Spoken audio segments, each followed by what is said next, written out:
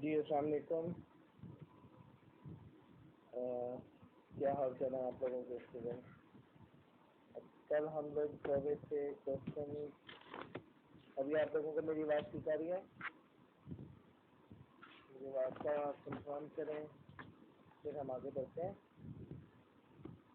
Question 3 आज हम लोगों ने करना है।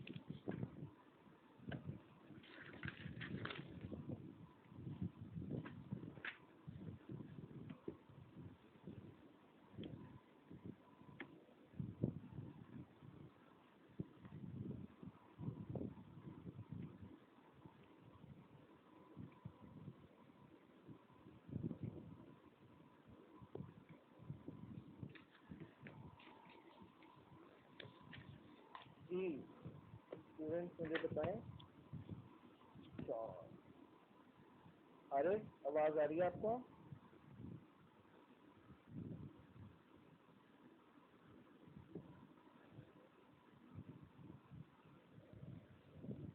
गुड है, ओके। चले हम लोग ऐसा करते हैं कि क्वेश्चन पढ़ते हैं। अभी ये वही वाला है क्वेश्चन हमारे पास, क्वेश्चन नहीं पेपर, स्प्रिंग 2019 और क्वेश्चन नंबर 3। जी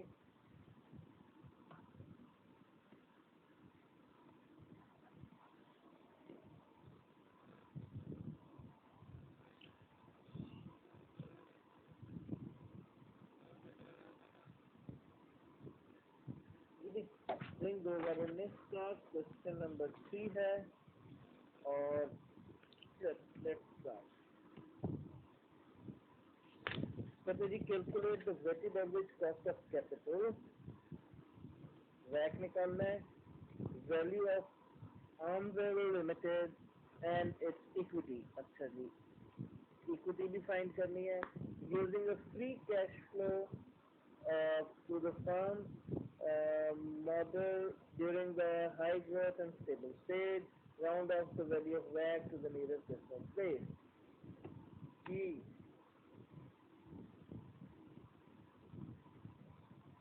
बच्चे आपको इजी लग रहा है, कोई पता नहीं बाकी कुछ लोग हों वो परेशान हो रहे हो। मुझे पता है ये इजी है, सिंपल, इसमें वैक भी इजी है और कैलकुलेशन भी इजी है। चलें मीनवाइल हम अभी फिलहाल स्किप कर देता हूँ मैं इसको, लेकिन अगर किसी को कोई प्रॉब्लम्स हैं तो बताना, मैं वापस इससे आ जाऊँगा, कोई इशू नहीं है। मैं निकाल नहीं रहा, लेकिन ये है कि हम लोग वापस इसके ऊपर आ सकते हैं। आप लोग मुझे बता देना, एक बार पढ़ लेते हैं, पढ़ के ज़रा क्लियर हो जाएगा बाकी सब लोगों को भी कि इसमें करना क्या है। ठीक है, चलें पढ़ लेते हैं। अच्छा जी, जैसे कैलकुलेटेड द वैक निकालना है और equity using free cash flow method, और वैक को कहता है नियरेस्ट डेसिमल प्लेस के ऊपर राउंड अप करता है। Farmwell Limited has been operating good business for the last many years and is planning to enhance its capacity that will result in high growth in sales for the first 5 years and leading to the stable growth from the 6th year and onwards. Financial information in the company of the current year are as follows. Revenue दिया हुआ है जी, fix capital investment year 1 में दी हुई है 10 और year 2 to 6 यानी कि हर साल 2 मिलियन की इन्वेस्टमेंट भी है। तो डेप्रिसिएशन है, मार्केट वैल्यू दी हुई है, बुक वैल्यू दी हुई है शेयर कैपिटल की, current market value of equity दी हुई है, एस्टिमेटेड इक्विटी बीटा दिया हुआ है, नेट प्रॉफिट मार्जिन दिया हुआ है, वर्किंग कैपिटल इन्वेस्टमेंट दी हुई है हर साल, ये भी करेंगे 8.5% ऑफ सेल, या टैक्स रेट दिया हुआ है डिस्क्री rate, expected return on equity 20%, ये RM हो सकता है हम लोगों का, अगर RM नहीं दिया हुआ तो 6 months कराची साइबर 13.5 और स्प्रेड ओवर डेट। अच्छा डेट जो होगा 13.5 और 2.5 ये बन जाता है 16%। ठीक है, ये स्प्रेड है डेट के ऊपर। The net income, depreciation, interest expense, sales and expected to grow at 10% per year for the next 5 years and then will grow 5% each year for the in year 6 and onwards. ठीक है जी, पहले 5 साल 10% growth है, उसके बाद 6 year में 5% और उससे आगे 5% हो जाएगी, स्टेबल ग्रोथ हो जाएगी। The weighted average cost of capital for the 6 year and average projected 25%. ये weighted average cost of capital वहाँ से आगे जो है छठे साल से आगे वो 25% है। ठीक है, क्वेश्चन तो आसान से ही लग रहा है, कह रहे वैट निकाल दो, आपके पास 16% है ये, इसमें टैक्स माइनस करके वो लें। वेटेज देखें कितनी है, वो आपको मार्केट वैल्यू दी हुई है, डेट की भी मार्केट वैल्यू है आपके पास और मार्केट वैल्यू इक्विटी की भी है आपके पास। तो कहानी तो सिंपल सी है, पहले तो वैट निकल आएगा और फिर सिंपल आप लोगों ने उसकी वैल्यू निकालनी है ऑन क्या कहते हैं उसको, फ्री कैश फ्लो मेथड। ठीक है, क्वेश्चन आसान है, आप लोग देख लें, अगर इसको करना है तो हम कर लेते हैं और अगर स्किप करना होगा तो कर देंगे। मैं अगला क्वेश्चन मीनवाइल देख लेता हूँ। हमारे पास क्वेश्चन नंबर 4 होगा ना इसके बाद, या चलो क्वेश्चन नंबर 4 भी देख लेते हैं।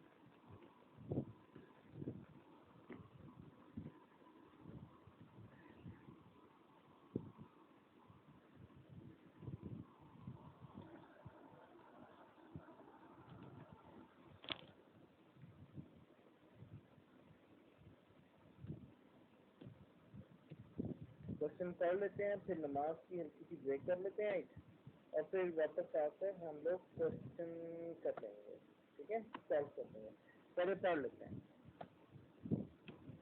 कहते जी, determine the applicable coupon rate on the fully subscribe new debt issue and advise on the criteria of setting the spread. ठीक है, और कहते हैं valuate the current and revise market valuation of the company's debt and change in effective cost of capital. ठीक हो गया। कहते हैं Omega Refinery is considering to raise new capital of 800 million through raising new bonds in the market for setting up a new project. The debt will be matured in 4 years' time. The market capitalization of the company equity is 2.4 million. Equity की है with gearing ratio of 25%। ठीक हो गया। This new issue would be ranked for payment in the event of default। ठीक हो गया। Equally with the company's other long-term debt। ठीक, the credit rating of the Omega Refinery is AA+ और long term loan के लिए A+ है, short term long term loan के लिए AA+ है और शॉर्ट टर्म लोन के लिए प्लस है। The company's current debt bears an average coupon rate of 13%। ये current debt के ऊपर है, having 3 years maturity and effective rate applicable is 29% tax के लिए। As indicated by the current yield curve, the government treasury yield will be 13.5% for the first 2 years, risk-free rate है, which will appraise to 13.8 in the third year, ultimately reaching to 14%। ठीक हो गया। In the fourth year, ये ऐसा ऐसा appraise होकर चौथे साल में 14% तक पहुंचेगा। The embedded credit risk spread is estimated to be 50 basis points, 50 basis points, 0.5 यानी कि A++ के ऊपर। It was suggested by the company's lead arranger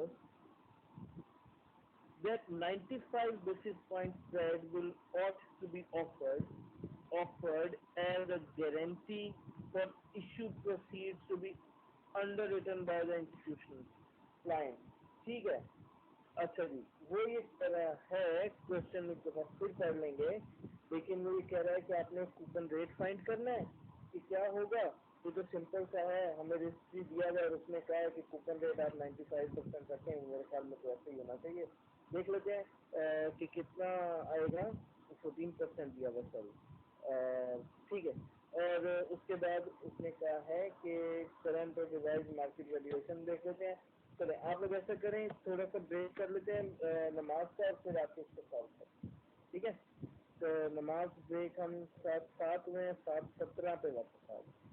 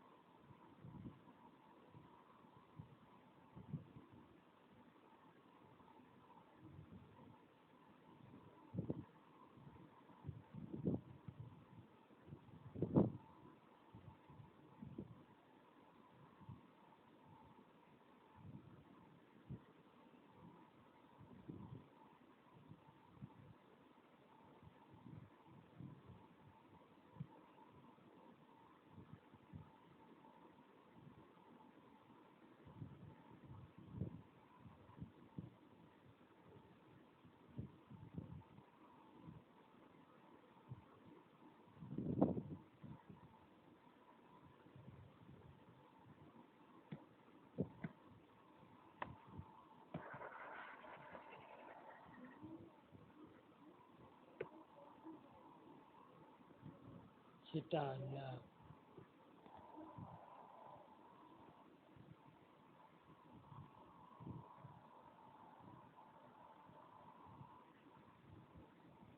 जी वापस आते हैं इस क्वेश्चन पे। अभी मैं इस क्वेश्चन को देख रहा था। इस क्वेश्चन में मुझे एक इश्यू लग रहा है। मैं उस इशू को देख लेता हूँ। पहले हम लोग नेक्स्ट क्वेश्चन कर लेते हैं, फिर वापस इसके ऊपर आता है, ठीक है। इस वजह थोड़ा सा एक चीज़ मुझे इसके अंदर यहाँ पर तंग कर रही है, और फिर हम लोग इसको वापस देखते हैं। डोंट वरी, ठीक है। चलें पहले इसको देखते हैं क्वेश्चन को। अच्छा जी, ये उसके बाद क्वेश्चन नंबर 5 है सेम पेपर का। और इस क्वेश्चन नंबर 5 में पार्ट ए में कहता है कॉल ऑप्शन। कॉल ऑप्शन हमने डिस्कस किया था कि क्या होता है कि हम लोगों ने ऑप्शन ली है टू बाय, ठीक है ना। Call option has an exercise price of 80 and it is at expiration. The option costs rupees 4. Option की कॉस्ट है 4 रुपए and the underlying stock trade for 85। 80 का हमने वो ऑप्शन दी थी, 4 रुपए हमने उसकी कॉस्ट दी है और 85 का इस वक्त वो ट्रेड हो रहा है। Assuming a perfect market, how you would respond if the call is an American option? State exactly how you might transact. How your answer would differ from option European. ये तो एक सिंपल सा theory का सवाल लग रहा है मुझे, तो ये न्यूमेरिकल तो है भी नहीं। सिंपल सी बात है, 80 का आपने ये लिया हुआ था, इसको तो आपको सिर्फ लिख के बताना पड़ेगा कि 80 का आपने लिया हुआ था, 4 रुपये आपकी कॉस्ट है, यानी कि आपकी टोटल कॉस्ट जो बन रही है वो टोटल कॉस्ट आपकी बन रही है 84। मार्केट में ये 85 का बिक रहा है, आपको फिर भी नेट 1 रुपया ये गेन होगा, तो आपको ये कर लेना चाहिए, इसमें कोई इशू ही नहीं है, ठीक है। इसमें सिंपल बस आपने यही बताना है कि इसमें हम लोगों को क्या देखना चाहिए। अच्छा, ऊपर से बात जो थी ये अमेरिकन ऑप्शन और यूरोपियन ऑप्शन की, तो मेरे ख्याल में इनकी जो ये एक्सरसाइज करने की ऑप्शन होती है ना, ये बिल्कुल सेम होती है, तो इनमें कोई फर्क नहीं होता। अमेरिकन ऑप्शन इनकी करेक्टरिस्टिक्स जो होते हैं ना, इनका कोई अफेक्ट नहीं होगा आपकी ट्रेडिंग स्ट्रेटेजी के ऊपर कि आपने ट्रेड करना है, इसको कब लेना या नहीं लेना। अमेरिकन और वो सेम है, ये बिना वजह आप लोगों को कंफ्यूज करने के लिए सिंपल आप लोगों को 4 नंबर दिया गया और कुछ नहीं है, ठीक है। नेक्स्ट हम देख लेते हैं वो क्या कह रहा है। नेक्स्ट पार्ट बी में वो कहता है as a manager treasury of Emrose limited you are required to ascertain the gain or loss as a result of transaction based on the following scenarios during the period of 3 months if the home currency देख लेते हैं क्या है, appreciates by 5%, depreciates by 3.5, remains stable। अच्छा जी, अगर home currency ऐसे हो गई तो हम लोगों को फायदा होगा या नुकसान, उसके बाद उसके ऊपर बात करते हैं। Ambrose Limited is a Pakistan-based company that exports goods to the United States of America. The company expects to receive a payment of $600,000 on a shipment of goods in 3 months. 3 महीनों के अंदर हम लोगों को ये एक 6 लाख डॉलर मिल रहे हैं। As the payment will be made in US dollars, therefore, the company wants to hedge against any fluctuation in the value of Pak rupee over the next 3 months. ठीक हो गया। The short-term rate of Pak rupee is 12.85% and US dollar rate 2.25%. Short-term rate ये interest rate है short-term का, वो बताएगा कि पाकिस्तान में 12.85 है और डॉलर का उधर है 2.25। करंट स्पॉट रेट जो है वो है 1 रुपए के ऊपर $0.0006 मिलेंगे, ठीक है। ये उलट रेट उसमें दिया हुआ है, यानी कि 1 रुपए का अगर हम डॉलर्स खरीदने जाएं तो 0.006 मिलेंगे, ठीक है। अच्छा, और अब वो कह रहा है कि अच्छा जी, अगर होम करेंसी मीन्स पाकिस्तान रुपया 5% बढ़ जाए, क्या हो जाए, हम तो हेज करेंगे और हेज करने के बाद देखेंगे प्राइसेस अगर इंक्रीज हो जाएंगी तो हम लोगों को फायदा क्या नुकसान क्या है। सिंपल सा क्वेश्चन, ये भी 3 4 5 7 नंबर का क्वेश्चन है। ओके, चलो देख लेते हैं। सबसे पहले तो ये देख लें कि इसमें ये इंटरेस्ट रेट पैरिटी दिया हुआ है, तो फॉरवर्ड रेट हम लोग 3 महीने का निकाल सकते हैं। और 3 महीने का रेट निकालना है तो हम 3 महीने का ये ले लेते हैं इंटरेस्ट। ये साल का इंटरेस्ट होगा, हम 3 महीने का हम वैसे अगर मैं 3 महीने का कैसे लूँगा आप लोगों को मैं बताता हूँ। सिंपल हमारा ये पाकिस्तान का इंटरेस्ट रेट है। पाकिस्तान का इंटरेस्ट रेट है अगर 12.85%, तो इसको 3/12 कर दो, मल्टीप्लाई बाय 3/12 या 1/4, या आप लोगों का 3 महीने का रेट है। ठीक है, ये आप लोगों को पता है कि ये रेट कैसे निकालते हैं। वैसे मैं ये कह रहा था कि अगर हम पाकिस्तान का और यूएसए का इंटरेस्ट रेट ना भी निकालें 3 महीने का 2.25 इंटू 3/12, इनकी रेशो तो वही रहनी है जैसे कि हम लोगों का इंटरेस्ट रेट पैरिटी का जो फार्मूला था, इंटरेस्ट रेट पैरिटी हमने पढ़ा था, और इंटरेस्ट रेट पैरिटी में हमारा फार्मूला था फ्यूचर स्पॉट रेट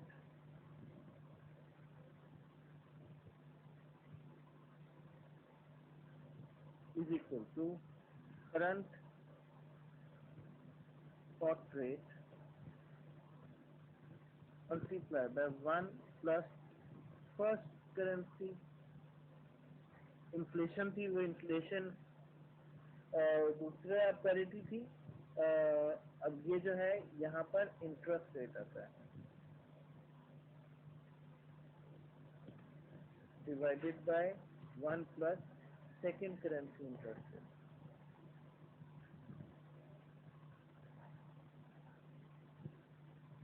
ठीक है जी, ये हमारा फॉर्मूला था बता। अब यहाँ पर हम लोगों का इंटरेस्ट रेट पाकिस्तान में ज्यादा है, तो हम लोगों का पाकिस्तानी रुपी जो है वो स्ट्रेंथन हो रहा है। नहीं सॉरी, पाकिस्तान में ज्यादा है रेट, तो हम लोगों का ये इंटरेस्ट रेट डॉलर में कम मिल रहा है, पाकिस्तान वाले जरा ज्यादा रेट दे रहे हैं, तो डॉलर थोड़ा सा स्ट्रेंथन हो रहा है। अभी 1 रुपए के अगर $0.006 आते हैं, तो फ्यूचर में 1 रुपए के कुछ कम डॉलर हम लोगों को मिलेंगे। क्यों? क्योंकि डॉलर में हम लोगों की डॉलर स्ट्रेंथन हो रहा है और पाक रुपये अपनी कदर छोड़ रहा है, क्योंकि यहाँ पर इसमें रेट ज्यादा हुआ था। ठीक है, अच्छा। इसी तरह इन्फ्लेशन में भी होता था कि इन्फ्लेशन जिसमें ज्यादा होती थी तो हम कहते थे कि उसका वो स्ट्रेंथन नहीं हो रहा है, जिसमें इन्फ्लेशन कम होती है वो स्ट्रेंथन हो रहा होता है। Same is the case with our interest rate. ठीक है, अच्छा। अभी देखें, अभी हम लोग इसको, मैं ये कहना चाह रहा था आपको कि अगर मैं ये 4 पे डिवाइड कर भी दूं या 4 महीनों का निकाल भी दूं, तो भी ये जो ये चीज बनती है हम लोगों की ये वाली हमारी रेशियो सेम रहेगी दोनों को डिवाइड करने से। ठीक है, बहरहाल हम क्वेश्चन करके देखते हैं। अगर आप लोगों ने इसको 4 पे डिवाइड करना है तो भी कर लें, मेरे ख्याल में इसमें कोई फर्क इतना ज्यादा कोई भी फर्क नहीं पड़ना है क्योंकि रेशियो सेम है। ठीक है, बहरहाल क्योंकि उसमें 3 महीने का काम है और इस तरह किया हुआ है तो हम निकाल लेते हैं, तो दिक्कत होता है। मैं एक दफा एक्सेल खोल लूँ और उसके साथ फिर मैं कैलकुलेशन कर देता हूँ। ठीक है, अच्छा जी, कहानी ये है कि 12.85 है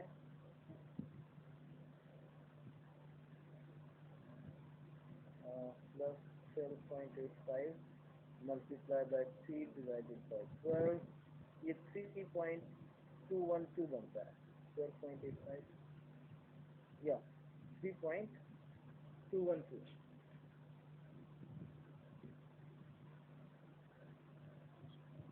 और 2.25 ये बनता है 0.5625। ठीक है, अच्छा। अब हमने आज का करंट रेट उसने दिया हुआ है, हम 3 महीने का फ्यूचर रेट किस पे बुक करेंगे हम वो देख सकते हैं। ठीक है, तो हम लोग ये कहते हैं हम लोगों का फॉरवर्ड रेट क्या होगा, करंट रेट है 0.006 मल्टीप्लाई बाय, अच्छा यहाँ पर मैंने आपको समझाया था उस वक्त भी कि फर्स्ट करेंसी सेकंड करेंसी के चक्करों में मत पड़ना। अभी आपको ये पता है कि यहाँ पर एक अमाउंट डिवाइडेड बाय दूसरी अमाउंट होनी है। ठीक है, और आंसर आपका 0.06 से कम आना चाहिए, ऐसे ही है। तो आंसर आपका 0.06 से कम कैसे आएगा? आपका आंसर 0.06 से कम ऐसे आएगा कि आपकी बड़ी अमाउंट जो है वो ऊपर आएगी और छोटी अमाउंट जो है वो नीचे आएगी। इस तरह से आपका आंसर जो है वो 0.06 से कम हो जाएगा। ठीक है, हम करके देख सकते हैं क्या आंसर आएगा। +1.03212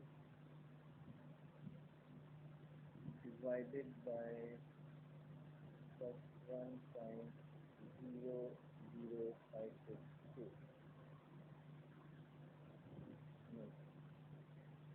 हमारी सॉरी, मैं फिर गलत कह गया। हमारा आंसर इससे कम होना चाहिए, यस।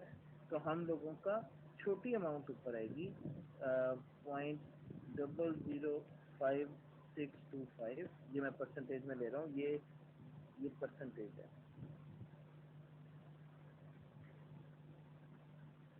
ये परसेंटेज है, ये भी परसेंटेज है, क्योंकि ये परसेंटेज है। तो मैंने अब इनको इस तरह ले लिया, डिवाइडेड बाय 1 प्लस 3.212 है, तो ये आ जाएगा 0.03212। अब इसको सॉल्व कर लेते हैं। ये प्लस 1.0051625 और plus 1.03212, this divided by this और this multiplied by 0.006। आपके पास आंसर आता है फ्यूचर रेट 0.00584। ये आपका फ्यूचर का स्पॉट रेट आ गया। उसने ये कहा है, अब आप ना इसके ऊपर अपने आप को हेज किया हुआ, ठीक है। उसने आपसे ये कहा है कि क्या होगा अगर करेंसी एप्रिशिएट हो जाए 5% या डेप्रिशिएट हो जाए 3% और सेम रहेगा, तो हम लोगों को क्या फायदे होते रहेंगे या नुकसान होंगे। तो पहला केस होगा, इफ करेंसी एप्रिशिएट बाय 5%, अगर हमारी करेंसी एप्रिशिएट होती है 5% में, तो हम क्या करेंगे, हम लोगों का जो हेज है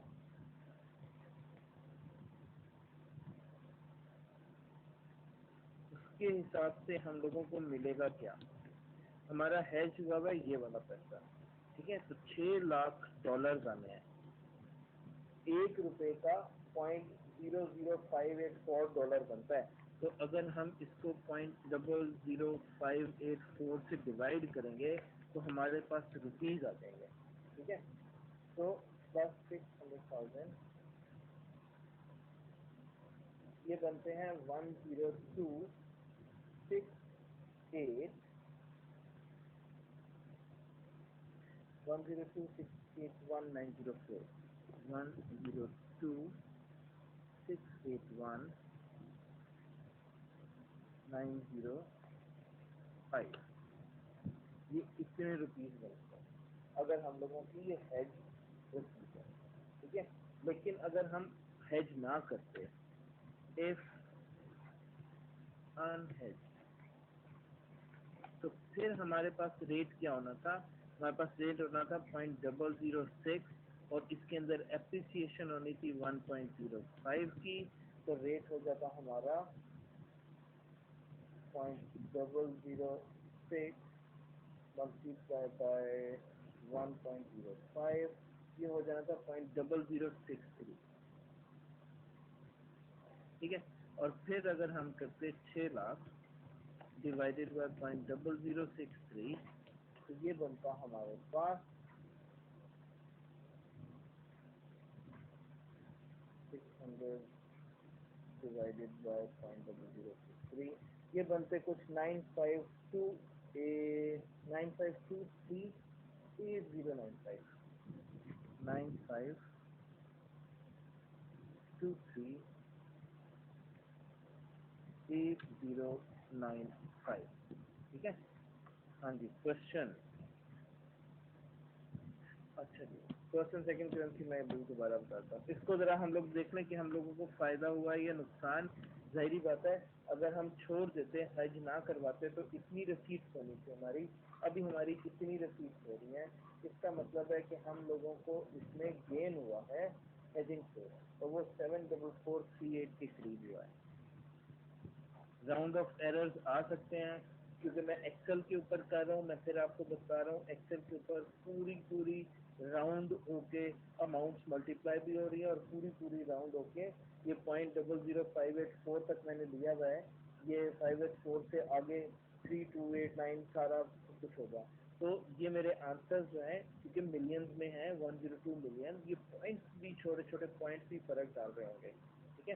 तो इसको देख लीजिएगा कि आपकी कैलकुलेटर पे 4 डेसिमल प्लेस जो होंगे, उस पे शायद ये आंसर ना बन रहा हो, लेकिन आंसर आपको समझ आना चाहिए कि हम क्या बात कर रहे हैं, ठीक है। तो सिर्फ राउंडिंग ऑफ एरर हो सकते हैं और कुछ नहीं। ये हम लोगों को गेन हुआ है through hedging. First currency second currency का मतलब ये है कि हम लोगों ने देखो, हम लोगों की पाकिस्तान के अंदर रेट ज़्यादा है और डॉलर के अंदर रेट कम है।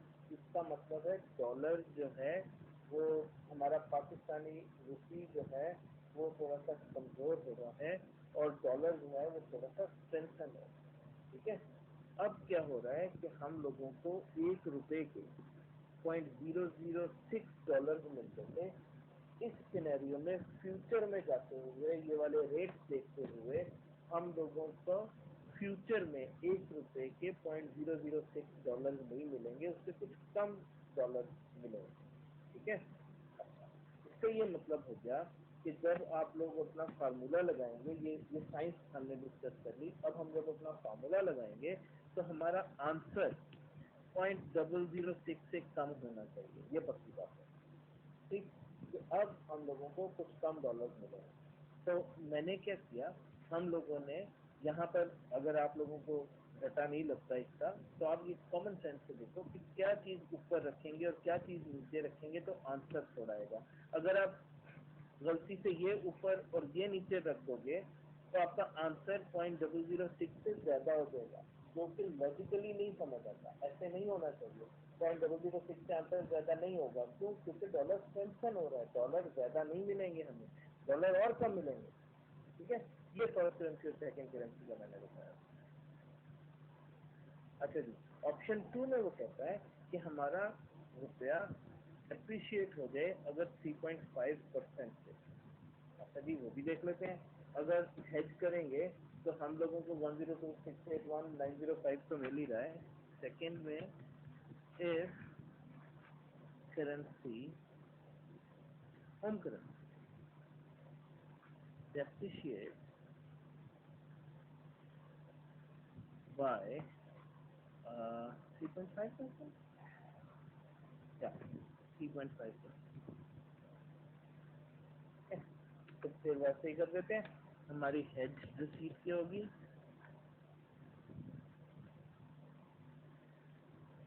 हमारी हेज रिसीट है 102,681,905, ये हमारी हेज रिसीट है। और हमारी अनहेज्ड रिसीट क्या होगी, वो थी जी 0.006, और 3.5% कम का मतलब है कि ये 96.5% से चला गया ना, मल्टीप्लाई बाय 0.965, तो कितना बनता है, 0.006 इंटू 0.965 plus 0.006 into 0.965, 0.005, नहीं, हाँ, 0.00579, ठीक है। तो फिर हम लोगों को कितने पैसे मिल रहे हैं? 6 लाख डिवाइडेड बाय 0.00579, ये कितने बन जाते हैं? ये बनते हैं जी 103,626,943, 103,626,943। जाहिर बात है अगर मेरा रुपया डेप्रिशिएट होगा तो मुझे तो डॉलर आने हैं, और डॉलर आएंगे और जब मैं कन्वर्ट करूंगा तो मुझे ज्यादा रुपए मिल जाएंगे क्योंकि पैसा तो डेप्रिशिएट हो रहा है। ठीक है, तो यही कहती है। और फिर हम लोगों को फायदा होना था जो कि नहीं हुआ क्योंकि मैंने तो हेज किया हुआ है, तो मुझे यहाँ पर लॉस हुआ है जिनसे।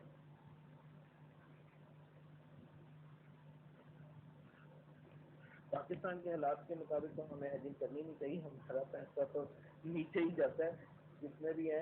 अगर हम लोगों को आज $200 मिल रहे हैं वो 3 महीने बाद मिलेंगे, उनकी प्राइस ज़्यादा ही होगी, इसलिए हमें तो परेशान होने की ज़रूरत ही नहीं। लेकिन फिर हेजिंग एक टेक्निक है, वो आपको बता रहा हूँ। अच्छा जी, 102,681,904 माइनस 103, हम लोगों को 945038 का तकरीबन लॉस हुआ। 945038, ये तकरीबन हम लोगों को इसका लॉस हुआ है अगर हम लोग इसको डेप्रिशिएट हो जाता हमारा रुपया। तीसरा वो ये कहता है कि अगर ये डेप्रिशिएट ना होता, ना ही ये एप्रिशिएट होता और ये सेम रहता, ऐसे ही था ना, या रिमेन स्टेबल, अगर ये स्टेबल रहता सकता था, तो if home currency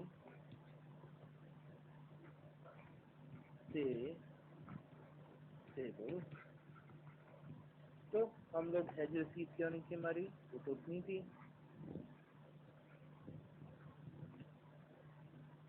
hedge receive थी हमारी 102,681,905, और हमारी अनहेज्ड जो होनी थी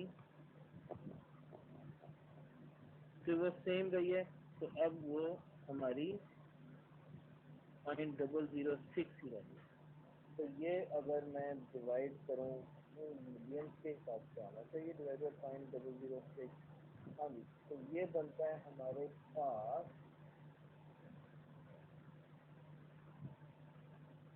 100 मिलियन, ये आपके बनते हैं 100 मिलियन।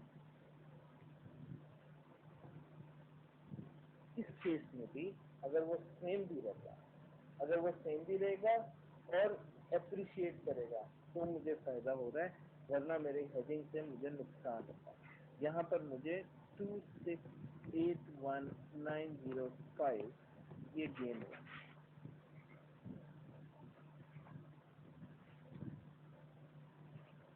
ठीक है जी, ये हेजिंग से हम लोगों को गेन होता है।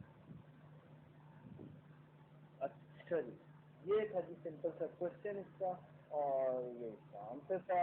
कोई चीज़ अगर आपको परेशान कर रही है तो आप मुझसे पूछ सकते हैं, वरना हम अगला क्वेश्चन देखते हैं।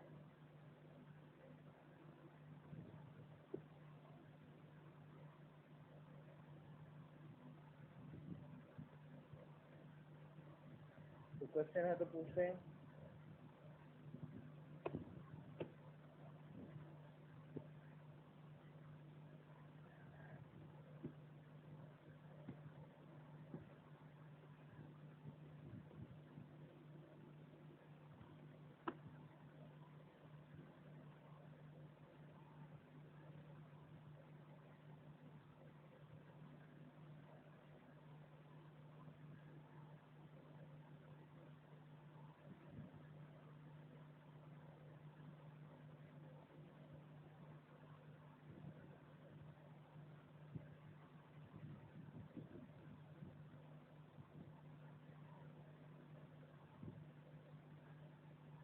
बस ये अभी मेरा नहीं ख्याल कि कल लेक्चर हो सकता है, मुझे आउट ऑफ सिटी जाना पड़ रहा है, कल लेक्चर नहीं करेंगे।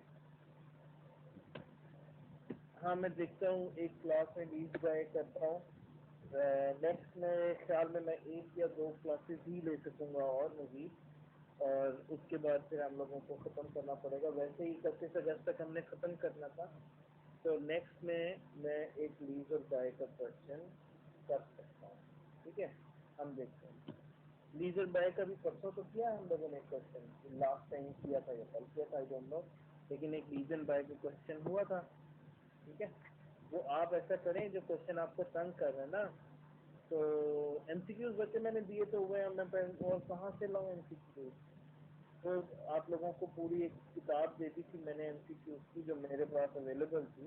उसके अलावा तो मेरे पास और कोई नहीं है एमसीक्यूज।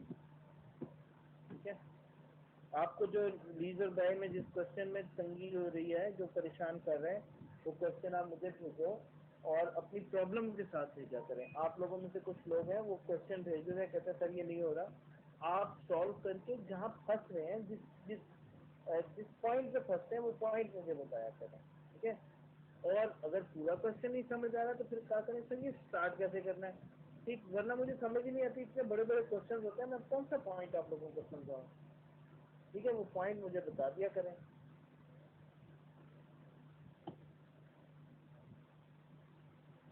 ओह,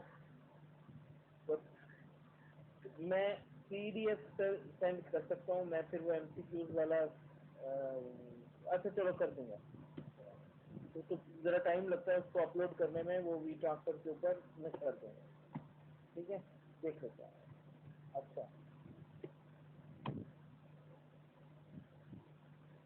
तो देख लेंगे बच्चे, मैं कर दूंगा, कोई इशू नहीं है। अच्छा जी, चलें अभी एक और क्वेश्चन करके देखते हैं।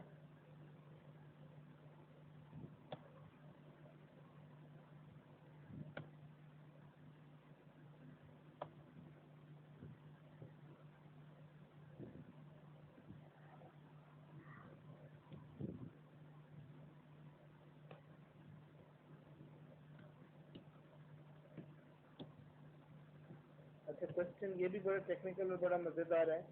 शुरू में जब मैं पहली दफ़ा इस क्वेश्चन को कर रहा था, तो मेरी साइंस कुछ और थी इसको करने के लिए, लेकिन फिर मैंने कुछ और साइंस लगाई। तो फिर यहाँ पर आप लोगों को एक बात समझाऊंगा मैं अभी, जिससे थोड़ा सा और आप लोगों की इंफॉर्मेशन बढ़ेंगी। ठीक है, अच्छा जी, कहते हैं require estimate the external funds required by year. इसमें एक्सटर्नल फंड्स रिक्वायर्ड, ये हम लोगों का वर्किंग कैपिटल का ही क्वेश्चन बनता है, लेकिन वर्किंग कैपिटल के साथ साथ हो सकता है कि इसमें हम लोगों को लॉन्ग टर्म फंड भी चाहिए हों, तो ये कुछ इस किस्म का ही क्वेश्चन है।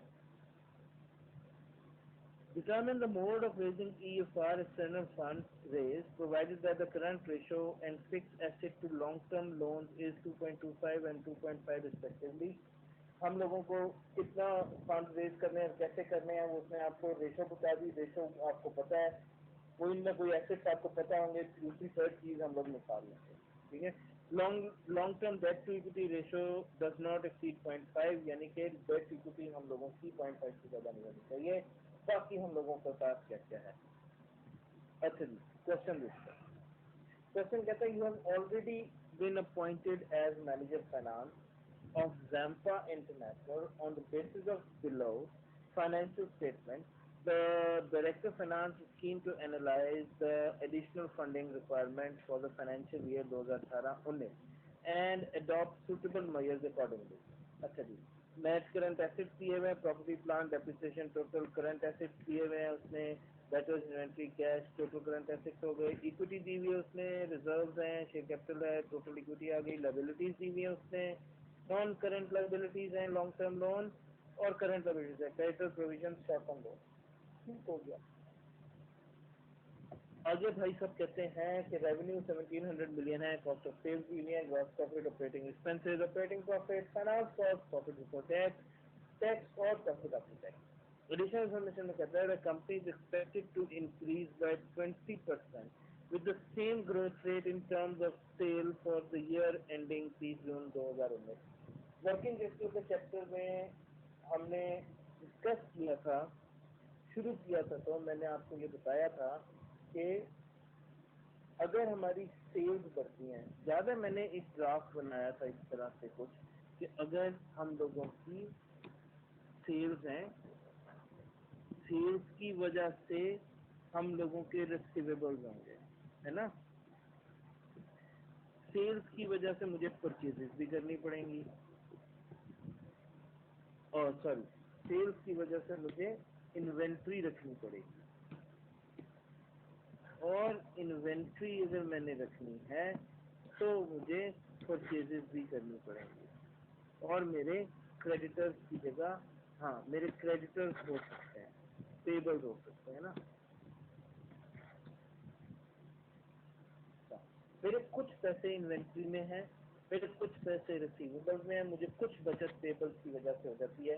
तो ये मेरा एक वर्किंग कैपिटल रिक्वायरमेंट मैंने आपको बताया था होती है। जैसे ही हमारी सेल्स में इंक्रीज आता है, और फार्मूलाज आपके ज़हन में हैं सारे के सारे, सेल्स बढ़ती हैं, सेल्स के बढ़ने की वजह से रिसीवेबल्स भी बढ़ जाएंगे, इन्वेंट्री भी बढ़ जाएगी, पेबल्स भी बढ़ जाएंगे, ठीक है। तो ये ओवरऑल ग्रोथ है। तो अगर हमारे यहाँ पर सेल्स तो कह रहे 20% बढ़ रही है, तो फिर यहाँ पर हमारी इन्वेंट्री भी, क्रेडिटर्स भी, सब कुछ बढ़ रहे होंगे, ठीक है। The net profit margin after tax and dividend payout expected to be 15, ये एनपी मार्जिन है, और 7 हम लोगों का वो है डिविडेंड पे आउट रेशो। अच्छा, मैं आपको ये बता रहा था कि जब मैंने पहली दफ़ा ये क्वेश्चन पढ़ा तो मैं इसको किसी और तरफ से करना शुरू हो गया। मैंने इसको सोचा कि यार क्यों ना मैं नए क्रेडिटर्स, नए वो निकालूं, मैं इन्वेंट्री टर्नओवर वगैरह वो जो रेशियोज के मैं वो किए थे, फार्मूलाज निकाले थे कि नई इन्वेंट्री, नए डेट, तो नया मुझे कैश पता लगेगा। लेकिन ये कोई इतना सिंपल क्वेश्चन है जो कहीं मेरे ख्याल में किसी भी बुक में इस तरह से पढ़ाया नहीं गया। मैंने फिर इसका जब सोल्यूशन देखा था तो वो फिर उसको भी मुझे समझने में टाइम लगा थोड़ा सा, लेकिन ये था कि वो एक नई चीज डिस्कस हुई और वो बहुत ही मजेदार और बहुत ही आसान चीज थी कि सेल्स इंक्रीज हो रही है, तो हम सेल्स के हिसाब से देख रहे होते हैं कि कितना हम लोगों को पैसा चाहिए होगा सेल्स के इंक्रीज करने की वजह से। तो किया ये गया कि हम लोगों ने टोटल एसेट, देखो हम लोगों की टोटल एसेट्स होते हैं, एक सेकेंड होल्ड कीजिएगा।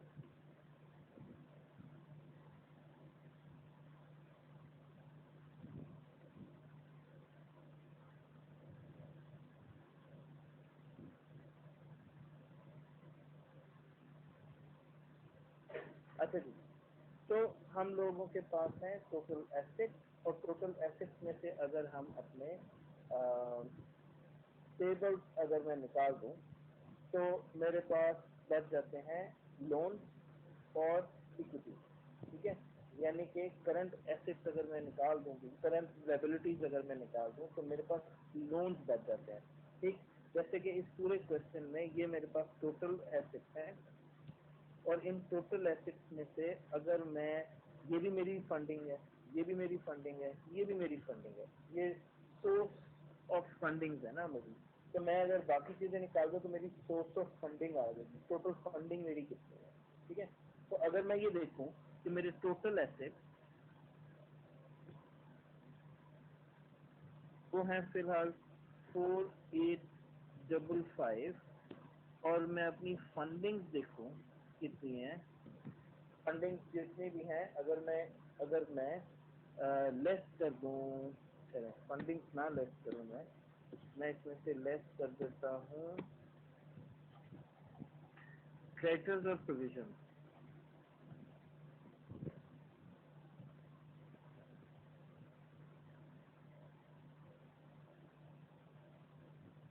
तो क्रेडिटर्स हैं हमारे पास 500, प्रोविजन हमारे पास 105। तो मैं ये कह सकता हूँ कि ये मेरे पास फंडिंग्स आ गई हैं, या कितनी मेरी फंडिंग्स आ गई, 4855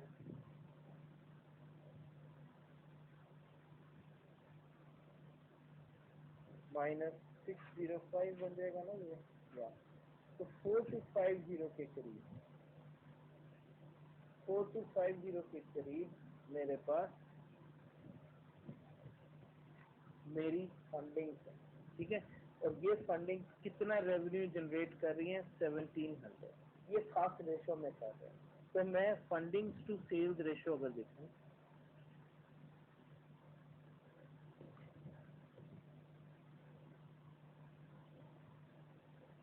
तो फंडिंग्स है मेरे पास 4250, सेल्स है मेरे पास 1700, ये बनते हैं 1700 2.5 टाइम्स। ठीक है, ये बनता है मेरे पास 2.5 टाइम्स। तो जरा प्लीज मुझे एक सेकंड दीजिएगा, मैं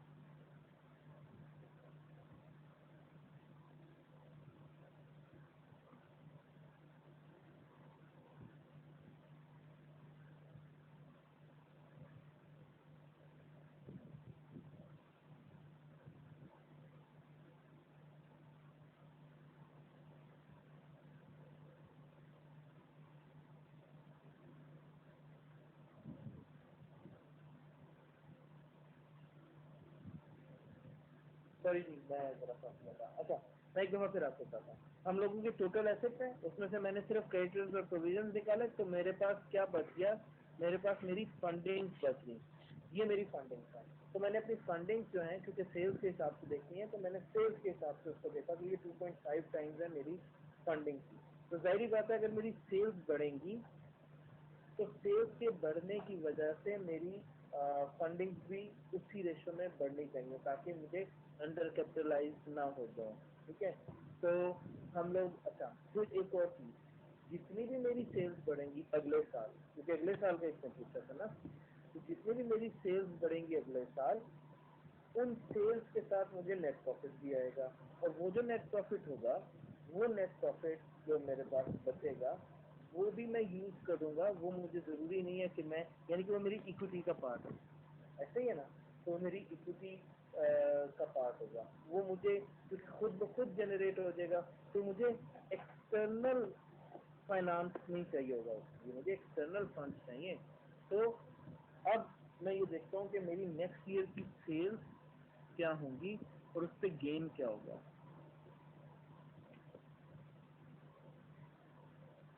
मेरी नेक्स्ट ईयर की सेल्स उसमें से अभी 20% बढ़नी है। ठीक है, तो मेरी नेक्स्ट ईयर की सेल्स अगर मैं 20% बढ़ाऊँ 1700 इंटू 1.2, तो ये 2040 होती है।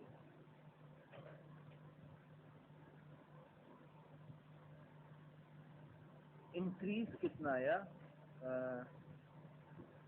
लास्ट ईयर, इंक्रीज 2040 माइनस 1700, 340 का इंक्रीज है। ठीक है, 340 का इंक्रीज। अच्छा, इस 340 के इंक्रीज में से वो जो मेरा अगले साल का प्रॉफिट होगा, वो तो मेरा ऑटोमेटिक जनरेट होगा ना, तो फंडिंग नहीं होंगी वो मेरी, मुझे एक्सटर्नल फंडिंग चाहिए। तो मैं ये कहता हूँ कि प्रॉफिट ऑन सेल, यानी कि 2040 सेल्स होंगी मेरी, और प्रॉफिट मुझे मिल रहा होगा उसके ऊपर, यहाँ पर था या dividend pay out ratio after tax, profit margin after tax था हमारा 15% इंटू 0.15। अच्छा, इसको आफ्टर टैक्स भी कर लेते हैं, क्योंकि जाहिर बात है मुझे इसके ऊपर टैक्स भी देना है।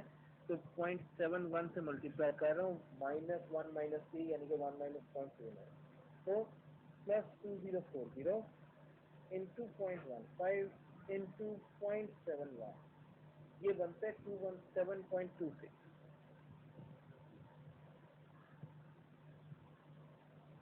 ठीक है जी, ये 217.26 जो है ना, मुझे profit on sales after tax cash flows निकालने के बाद ये भी मुझे मिलना है।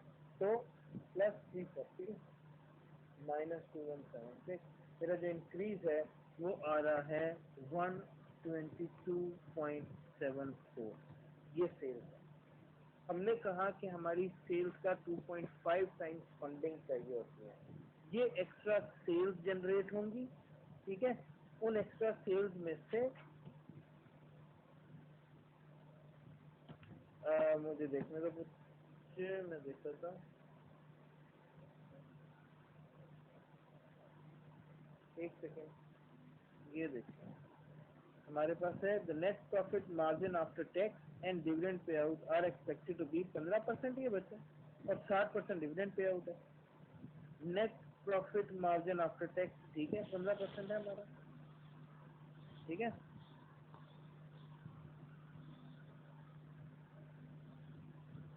अच्छा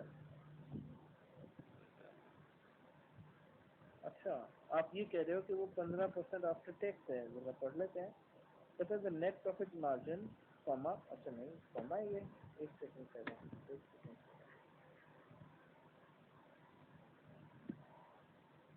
हाँ हाँ मुझे समझ आ गया आप क्या कह रहे हो।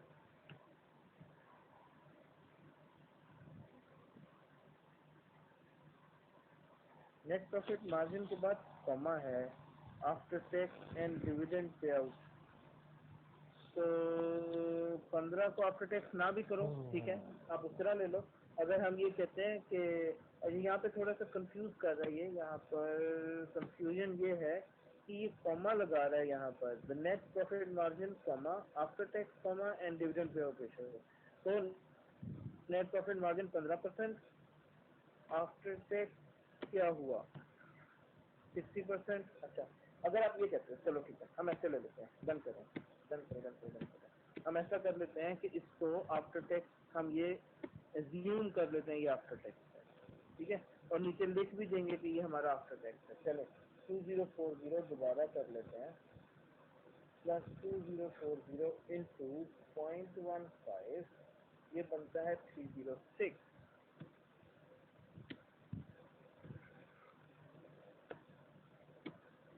306 यानी कि 306 तो हमें प्रॉफिट से ही मिल जाएगा, और 306 अगर प्रॉफिट से मिल जाएगा तो हमारे पास सिर्फ बचता है 34 एक्स्ट्रा, सही है। अच्छा, अब देखो यहाँ पर, अभी यहाँ पर ये देना पड़ेगा हम लोगों को कि ये, क्योंकि क्वेश्चन में थोड़ा सा श्योरिटी नहीं है तो हम इसको आफ्टर टैक्स समझ रहे हैं। अगर ये बिफोर टैक्स होता तो हम इसमें से टैक्स भी निकालते और फंडिंग थोड़ी सी इंक्रीज कर देते। बहरहाल, तो अब हुआ ये कि हम लोगों के पास 2.5 टाइम फंडिंग होनी चाहिए, ये हमारी सेल्स से इंक्रीज होगा, ठीक है। ये तो हमें फंडिंग मिल जाएगी, ये अच्छी चीज है सेल्स की जिसके ऊपर हमें फंडिंग चाहिए। तो हम कहेंगे एक्स्ट्रा फंडिंग नीडेड 34 इंटू 2.5, वो जो रेशियो, तो प्लस 34 इंटू 2.5, ये 85 बनते हैं।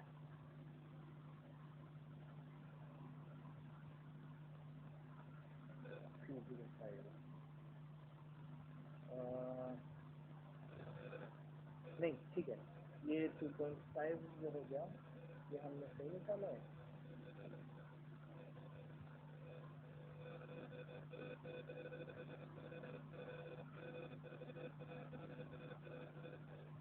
एक सेकंड में सिस्टम में थोड़ा सा गलत आ रहा है, मैं चेक कर लूँ। प्लस 2040 माइनस 1700 या 230 और प्लस 2040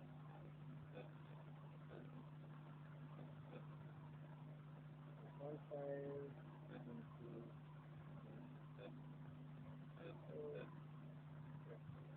2,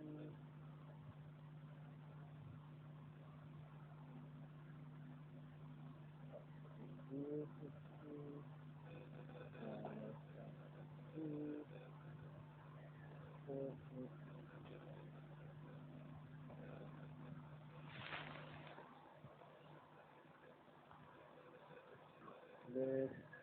ठीक है,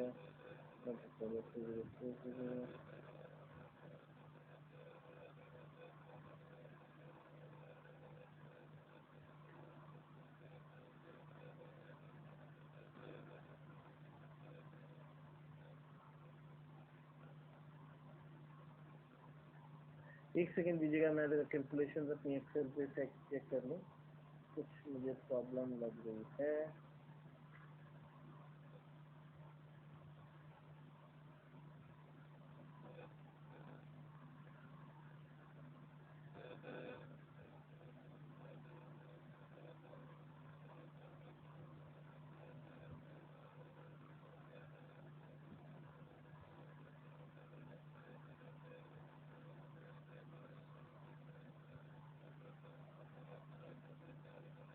अगर हम लोग इसको ओके, गलती ये हो गई है। अच्छा, अगर हम इसको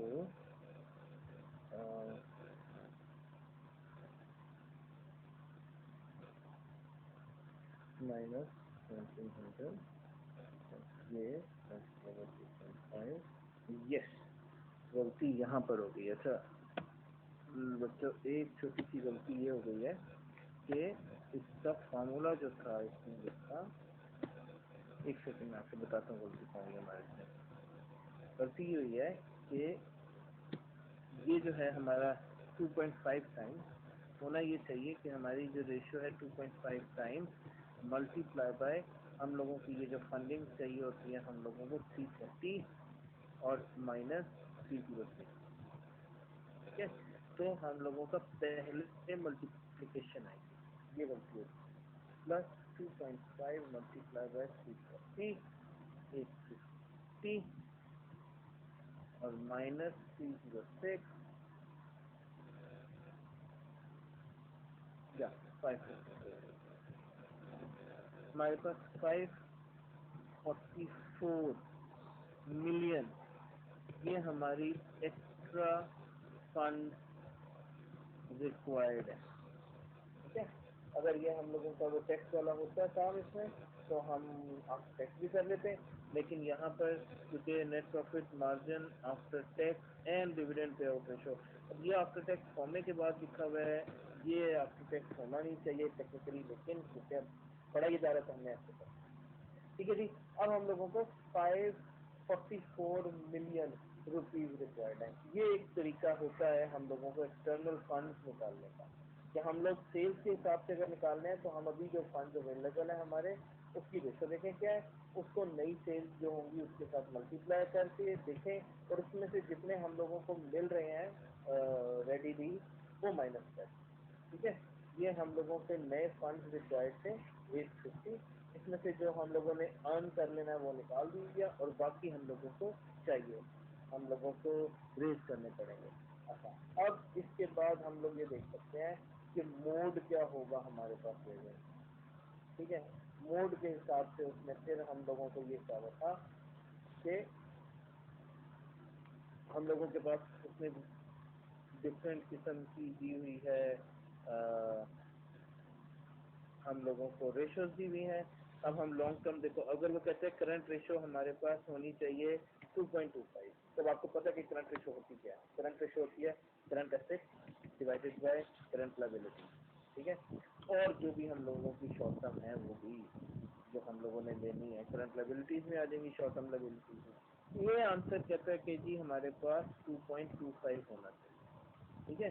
तो इसी तरह हम लोग अपने करंट एसेट को भी देख लेते हैं एग्जिस्टिंग है कितने, और फिर हम लोग मजीद करंट लायबिलिटीज या हम लोग ये शॉर्ट टर्म लोन मजीद कितने ले सकते हैं, इसको हम कर सकते